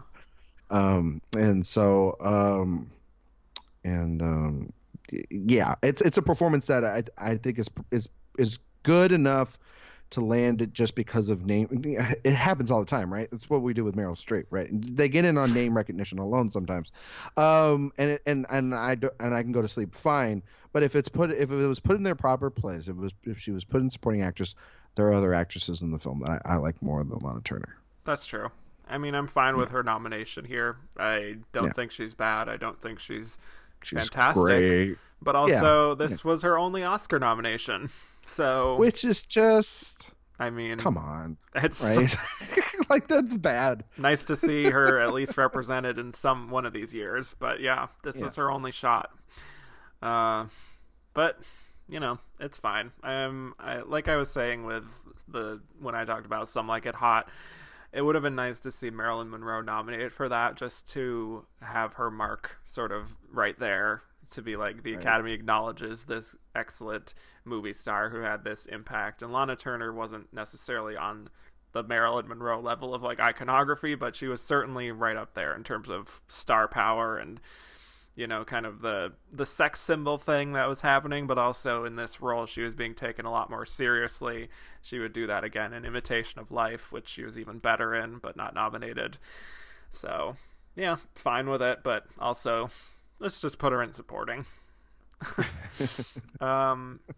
Well, I guess I just answered this other question, but this was from Mark Brinkerhoff, who said, Lana Turner got her one and only Oscar nomination here. Why do you think a star of her magnitude was routinely ignored despite so many well-received iconic performances in films like The Bad and the Beautiful, Imitation of Life, The Postman Always Rings Twice, etc.?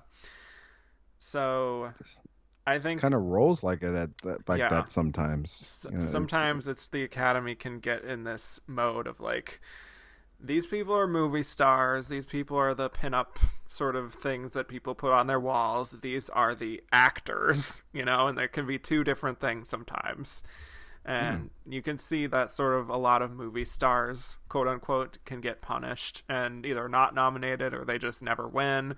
something like that, compared to like the real gritty actors who just dig right in there. And I don't know if Lana Turner really applies to that as much. No. So, but even with gritty actors, though, sometimes, Kevin, they don't even get it. Well, so, that's true. If they're too gritty, that's, they're too gritty. You know, it's like, you gotta find a enough middle grit. ground. Right. You know, I understand what you're saying in terms of like, if they think of her as more like a Marilyn Monroe, right? Like more of a starlet. Right. Then they're not gonna for her to be in something like Peyton Place, it really does help her because it's such a big story and it is a little like melodramatic, but there's such a big supporting cast helping that film with her in it, that she can elevate herself because she is the lead, and it's such a prestige picture for the time. But it happens a lot of the times with actors where you sit there and you go, wait, they weren't nominated for that, or they were only nominated once, or they never won, or it's kind of like what I always say about Peter O'Toole. It's like, we have their great work, and it really sucks that they never won one, or we never got it right, to not just do an honorary thing. Because I find that's so lazy. Like, we could have just resolved this many years before.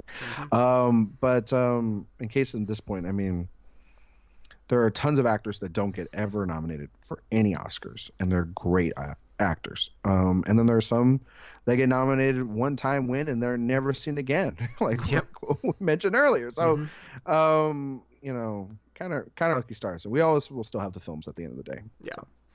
This was from Son of Jack Skellington, who said, which was less deserving of its fuck ton of acting noms, Peyton Place or Sayonara? I wouldn't call three a fuck ton for Sayonara. Yeah, three's, whew, man. You ever had three of something and thought, wow, I have too many? This is a little much. This is a little much. In terms of like five, being, and especially like taking two spots in each supporting actor and actress category, I would say it's definitely Peyton Place. Definitely Peyton Place. No question. I mean, Marlon Brando, I don't know if I would have nominated him, but I'm kind of fine with it regardless. But Peyton Place, I agree. Nice to see Russ Tamblyn nominated. He's still working. He's great. Arthur Kennedy, there's not a lot to that character, but Hope Lang I really enjoyed. Diane Varsi, solid. But I would take Varsi out. I would take Kennedy and Varsi out if that was the case, and then they would both have three. But then if I'm taking out this, I'm taking out Brando for Sayonara, it would still have two. So I mean, that's fine. Because and Brando being in there is fine. Like, is there other performances in there? Yeah, I bet. But it's Brando, so I'm not going to take Brando out. Yeah.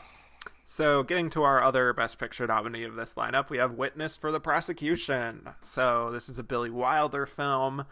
So, I mean, for me, on a fundamental level, it's just like, expertly made and highly entertaining. So, predictable Billy Wilder. All about this judge who is defending a man accused of murdering this rich widow. Lots of twists and turns.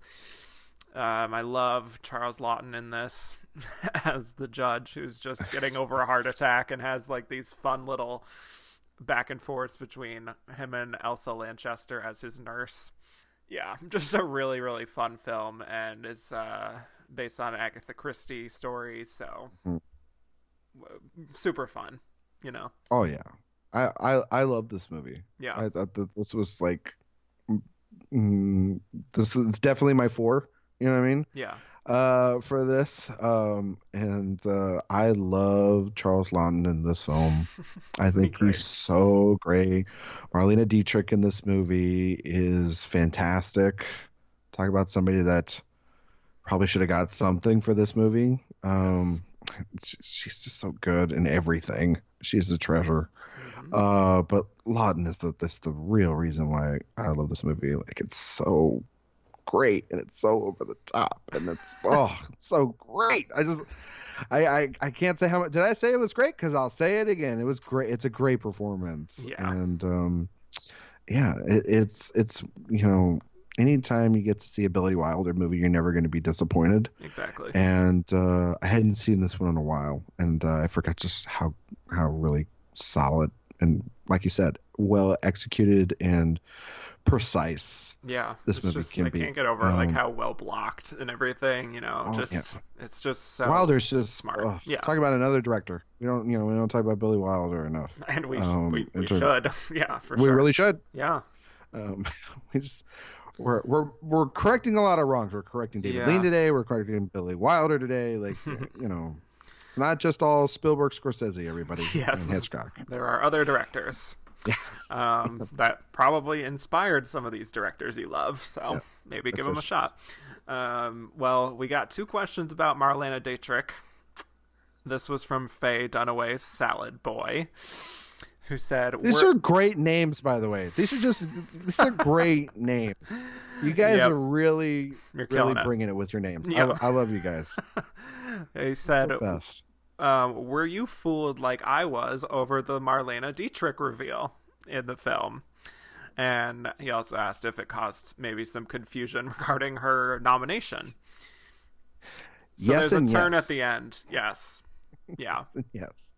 Yeah, I think it might have caused some confusion, but I think upon retrospect and seeing this film a couple times, Kevin, it's a great twist, and I love what they did with her. I love everything about her. I think she's robbed of the nomination. She is phenomenal in this character type. It just works so well for her. Exactly.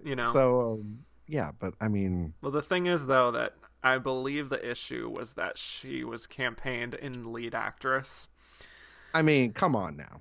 Just because she's a star, again, going back to that.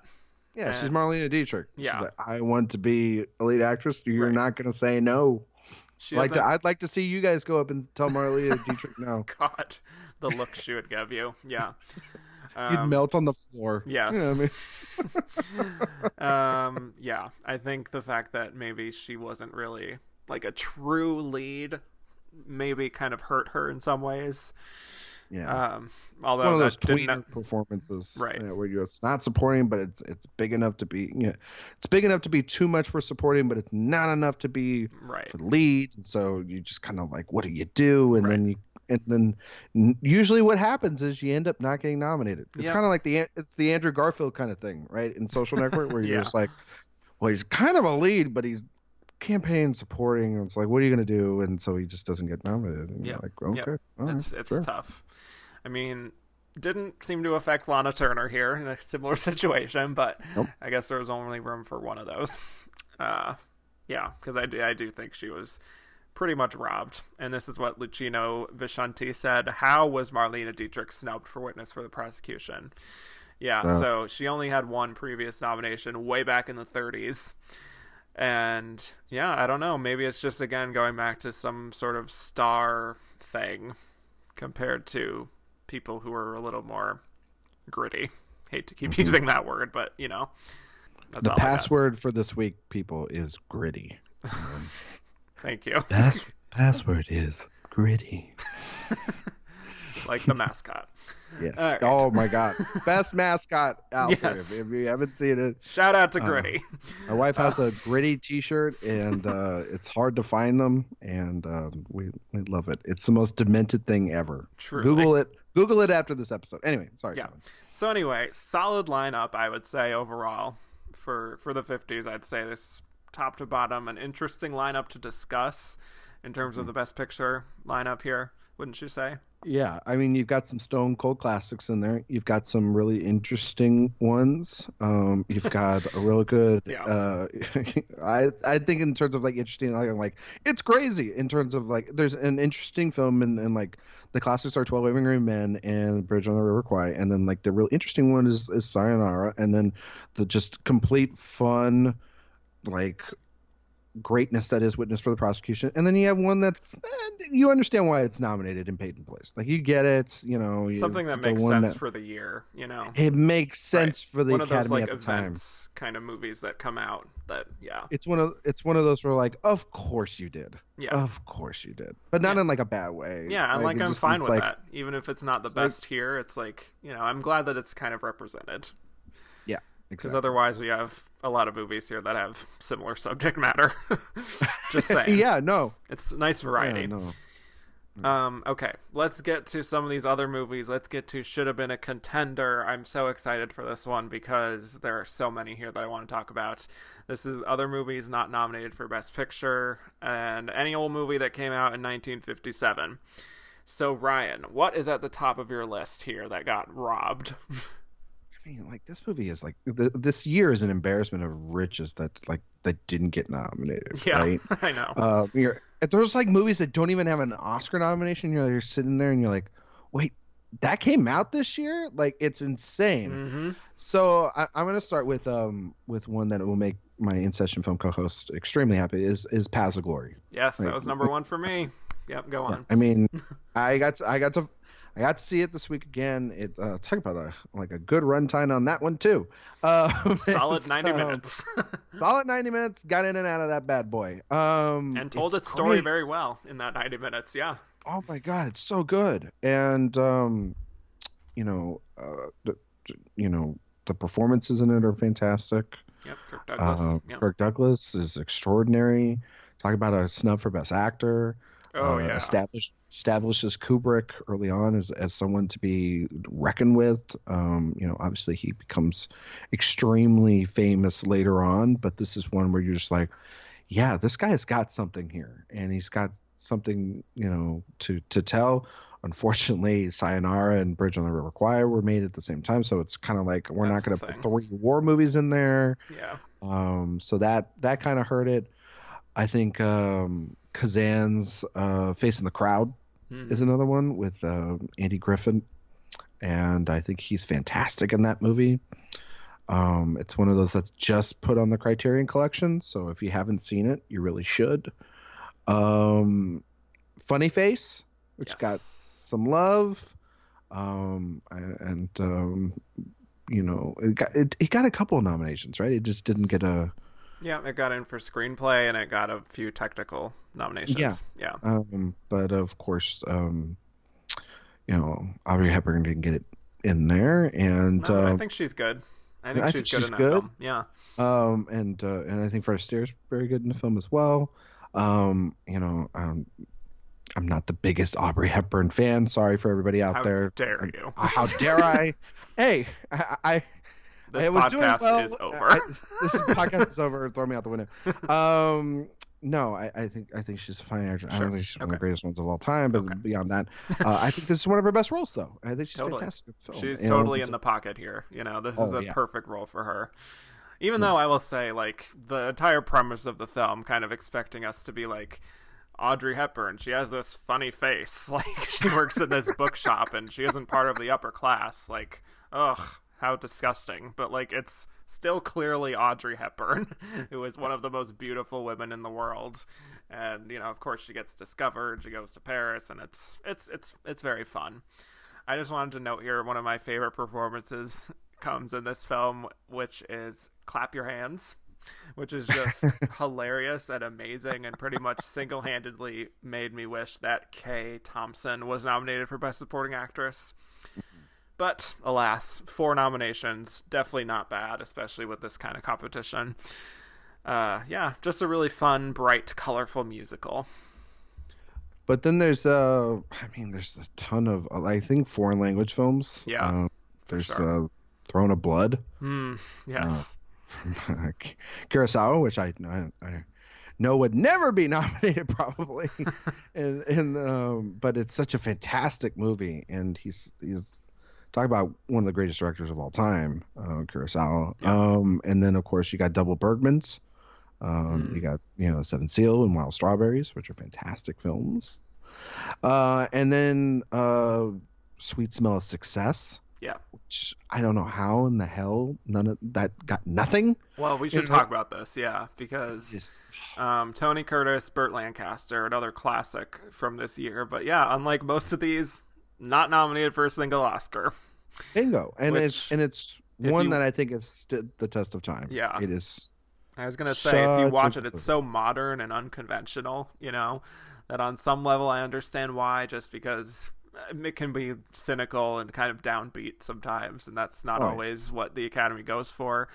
I've been watching a lot of Tony Curtis lately, and he is just phenomenal as this total sleaze lawyer, Sidney Falco, who just kind of wants to get ahead. And then, both him and Burt Lancaster, they're just really slimy, and it's all about this very competitive world of entertainment news and gossip columnist, and it's just, it's really sharp.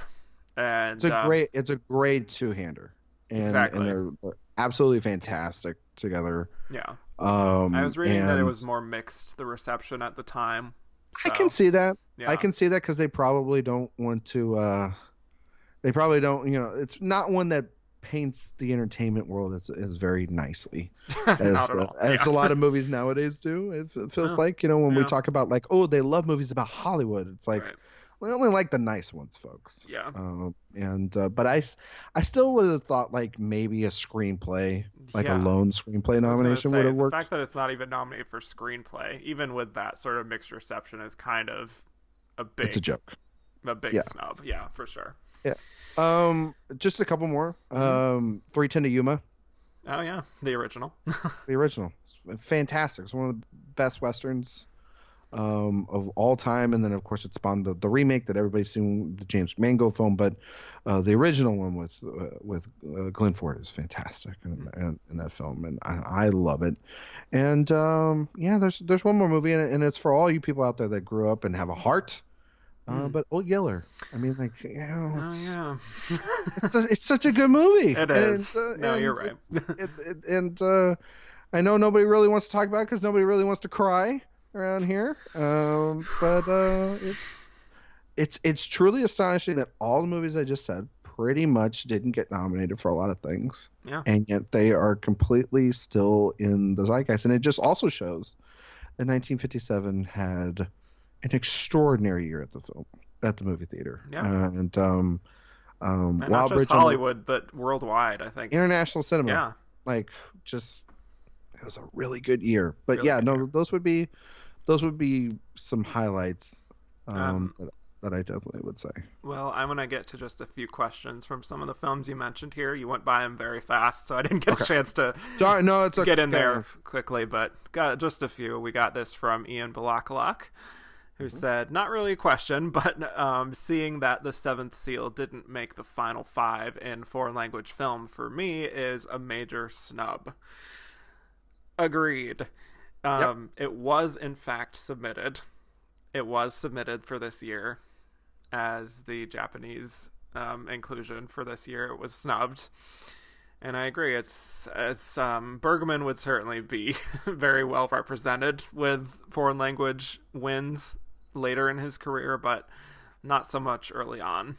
And it's so memorable. It's like the iconography of like the character of death is just, it stays with me, but I just think maybe it was too outside the norm possibly for a American Academy. I probably that's why like something like Throne of Blood is not which is like a great movie, like one of my favorite Kurosawa's, and I was like, but I sat there and I was like, I'm pretty sure that makes sense why it didn't get nominated. Like it sometimes movies like that, we see them as snubs and they don't get in there, and you just kind of scratch your head, and then we have 10, 20, 30, 40, 50, 60, 70 years or whatever to kind of look back and say, what were they thinking? Like, what I mean? Because so many people have seen the films that were from this year, and but it's definitely a glaring omission for sure. I'm realizing that I said Japanese submission when I meant to say Swedish because I was looking at Throne of Blood, so I was just like, anyway. No, it's okay. I got what you were saying. Right, yeah. But getting to a Throne of Blood question, this was from our friend Brandon Stanwyck, who said, how many nominations would you have given to Throne of Blood? How much time do you have? Please be brief. At least I would have probably nominated for picture. That's just my personal opinion. Director for sure. cinematography. Yeah. I don't know if any of the performances might have got in there. Well, Uh, Toshiro maybe. Mifune, who plays the analog of Macbeth, basically. Yeah, yeah, you're not wrong. I there, wanted to Kevin. highlight this here because I think we need to mention this. I don't know if you know about the whole arrow scene there, but it's just wild. Talking about the Yeah. behind the scenes of what's happening at the end of that film, where he is standing in front of this wall and a bunch of arrows are flinging towards him. So what's wild about that is there are no special effects. There is no Nope. stunt double work there. That is just the face of real terror as these real arrows are dangerously close to just killing him on the spot. And as messed up as that is, which it is, I think a scene like that is just like so much more effective than like anything being done today. It's like the Tom Cruise Mission Impossible stuff, or like the Leonardo DiCaprio in The Revenant times 10. It's just like putting yourself in grave danger for the sake of art. Killing yourself for your work. Yes, suffering for art. It's yeah. So, but probably like 4 or 5 nominations. Yeah, I think it cleans up with technicals if the Academy is more friendly to movies like this, which on some level it still isn't, sadly. No, it's not, and it hurts. It hurts. Yeah. Let's just not talk about it. I don't want to talk about it. It makes me sad. Well, I just want to talk about another film. I don't know if you've seen it, but it's The Three Faces of Eve. I didn't get a chance to see fine. it. No, so I didn't that was expect the you one... to see everything, but well, I try. Yeah. You know, I try to come prepared for the I show, appreciate and you know, when you're watching 5-hour movies, it's hard. and you're seeing all. I mean, Peyton did have a lot of places in it. So, a lot of places. There were a ton of witnesses for the prosecution. So And Eve, I will say, Eve had a lot of faces. So yeah, she had 3 of them. She had a lot. So she's our Best Actress winner of this year, Joanne Woodward. Her first nomination, she won for this, and you can definitely see why. Very Beatty character. It's about this woman who has what is then diagnosed with multiple personality disorder.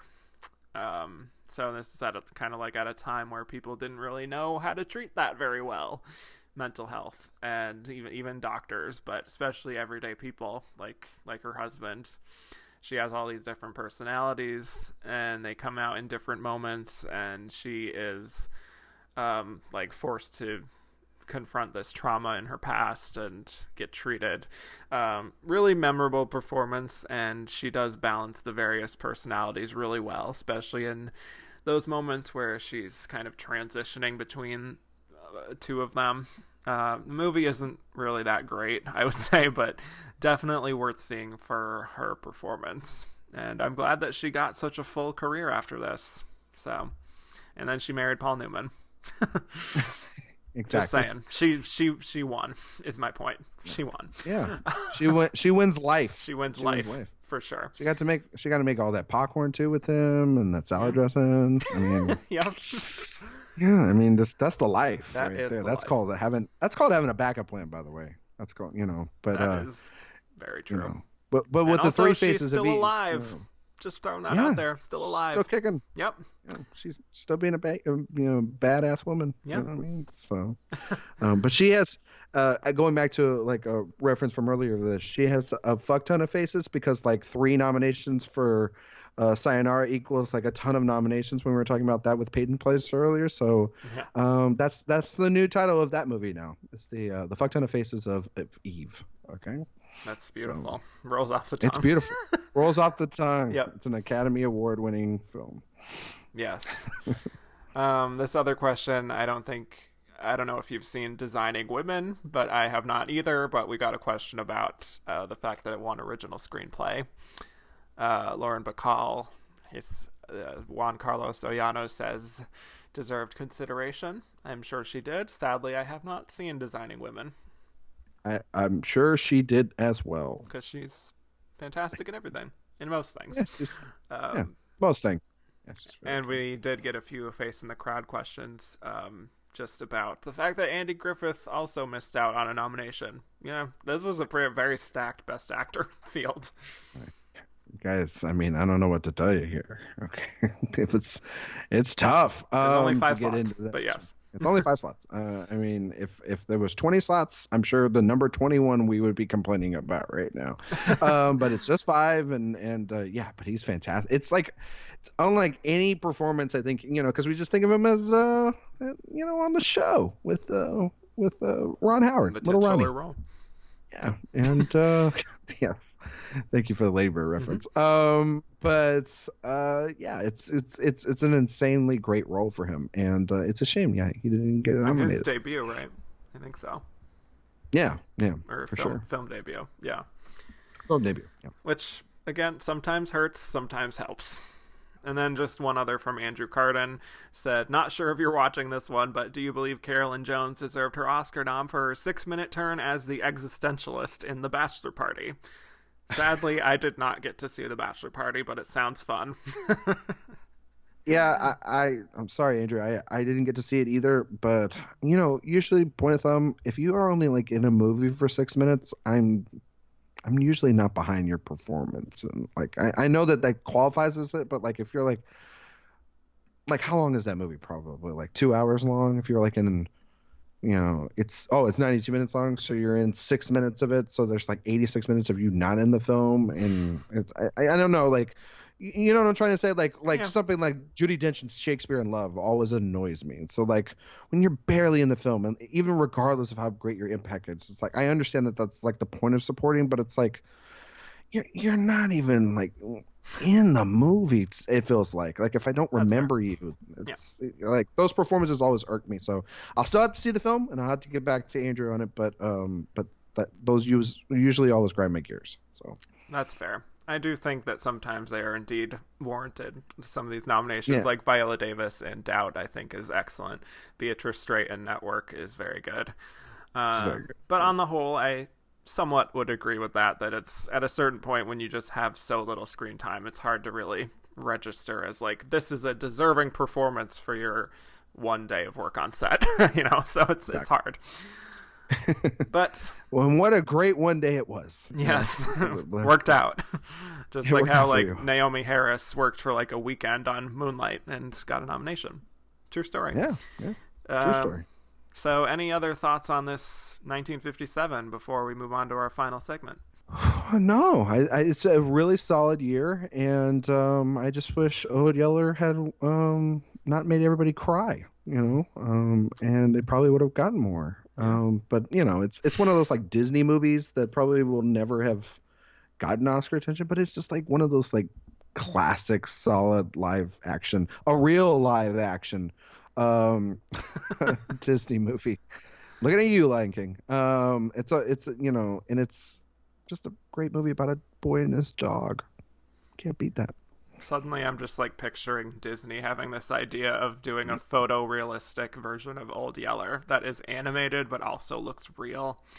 Anyway, I don't want to put out that negative energy into the universe. You just hurt my soul right now. Well, that's what Disney does. It's not my fault. You just got their next $1 billion movie though. So congratulations on that one. Thank you so much. Disney, call me.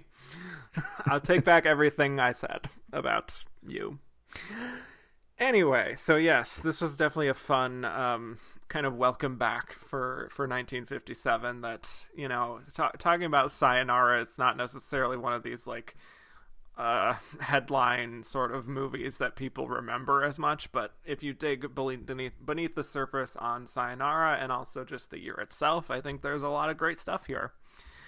So when we come back, we will be delivering our verdict as to whether we think The Bridge on the River Kwai deserved Best Picture or if Sayonara should have taken it.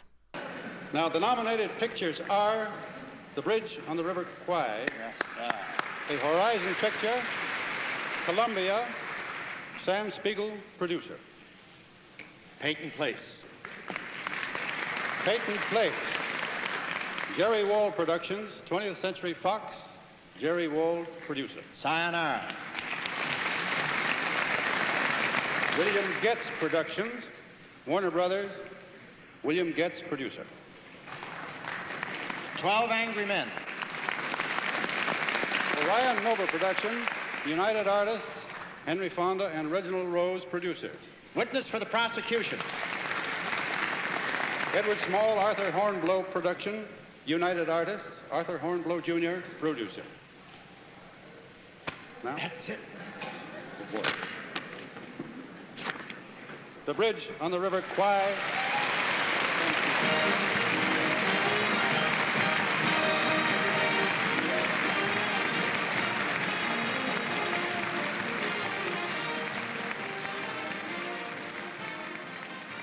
And we're back.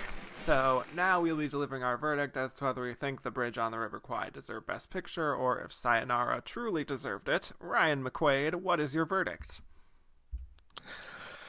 I'm sorry, Heavy everyone, sigh. but there's no way Bridge on the River Kwai did not deserve to win Best Picture. It is my favorite movie of 1957. It's one of the most beautiful Best Picture wins of all time. It's extremely well written. It's extremely well acted. It has direction that is at the top of his game until obviously the next film, which was Lawrence of Arabia. No big and deal. I just think that Yeah. sometimes these overdue narratives that I seem to poo-poo a lot can actually work out and be the right thing. And I think that this is the case for David Lean, who made a lot of great films, but then he made a film that was truly phenomenal in Bridge on the River Kwai. It was the #1 movie at the box office for the year as well. So it was extremely popular back when popular films were movies like this, right? And while I think Sayonara is a very good movie and has a lot to say, but does have some quibbles and missteps, I think just as a whole, Bridge on the River Kwai is just a more memorable film. It is one that has stood the test of time. I believe it's in AFI's top 100 films of all time. Yep. And it is one that is in my top 10 for best picture wins. And it would have had to taken an extreme circumstance in order for that to happen. I think, though, Kevin, that maybe if we were talking about 12 Angry Men and if 12 Angry Men had done a better job, we would have possibly had a closer one for me there. Yeah. But I think overall, even through the other 4 films nominated, my pick would be Bridge on the River Kwai deserved to win this Best Picture. Yeah. I pretty much agree. I'm not quite as high as like top 10 Best Picture winner personally, but I think it's definitely like top 15, top 20 for me as far as the Academy making a fantastic call in the time. And it has definitely endured, I think, on a filmmaking level and just on a pure technical aspect, it's leagues ahead of Sayonara, sadly. But I think the emotional core of Sayonara, there's something to it that I do think is worth watching and worth examining here. But ultimately, Bridge on the River Kwai is just much better in terms of film itself, and also raises some interesting questions in its own way. I honestly, though, I would probably actually go with 12 Angry Men as my Best Picture, just because I think it's just one of these films that for me just endures, and no matter when you watch it, you can take something from it. And even if it's so bare bones compared to what David Lean is doing in this big epic, I just think, sometimes just because a film is bigger and is doing grander things and is in this beautiful Technicolor widescreen sort of thing, that doesn't necessarily make it inherently better or more cinematic, just for me personally. So I would probably just go with 12 Angry Men just because it resonates with me a little bit more emotionally, and it gives me that technical filmmaking aspect that I think is so strong, especially for 1957. But Bridge on the River Kwai, I have no qualms with it winning Best Picture whatsoever. I think it's totally fine, and I'm totally happy with its place in history here. And Sayonara is like a solid 3 or 4, honestly, for me. That isn't quite on those levels, but is still just solid for what it is. Yeah. Absolutely. Yeah. So, thank you, Ryan, for joining me on this great epic premiere that is going the length of some of these films. But it's always fun. No, it's not quite at that length yet. We've surpassed 12 Angry Men, but for the others, not you have to be here a long time. It had to be a long outro in order for that to be it. So yes, thank you so much. I always appreciate all of your well thought out explanations and reasonings for things. So thanks for joining me here.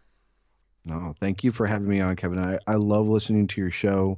You always have a fan in me. I've been a fan of this show since day one.